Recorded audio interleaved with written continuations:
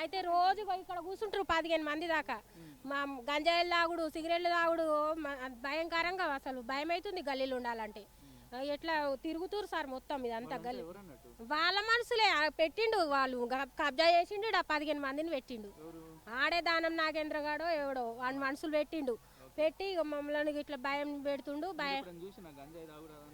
ఏమో తాగుతుర్రేమో మొత్తం పోగాలి. ఈడేమేమి చేస్తుర్రో సార్ మేము చూస్తాము వచ్చి. మా ఇల్లుకి ఇక్కడ మేము బయటకు వెళ్తాం వాళ్ళ భయానికి. ఏమన్నా అంటే అంటారు 2 నెలలు ఆగురి పోతాయి, నెల ఆగురి పోతాయి, తీసేసుకుంటాం గుంజేసుకుంటాం అంటారు. మొత్తం కులగొడతారట మా ఇల్లు. మేము కలవ వాళ్ళ మనుషులే సార్ మొత్తం,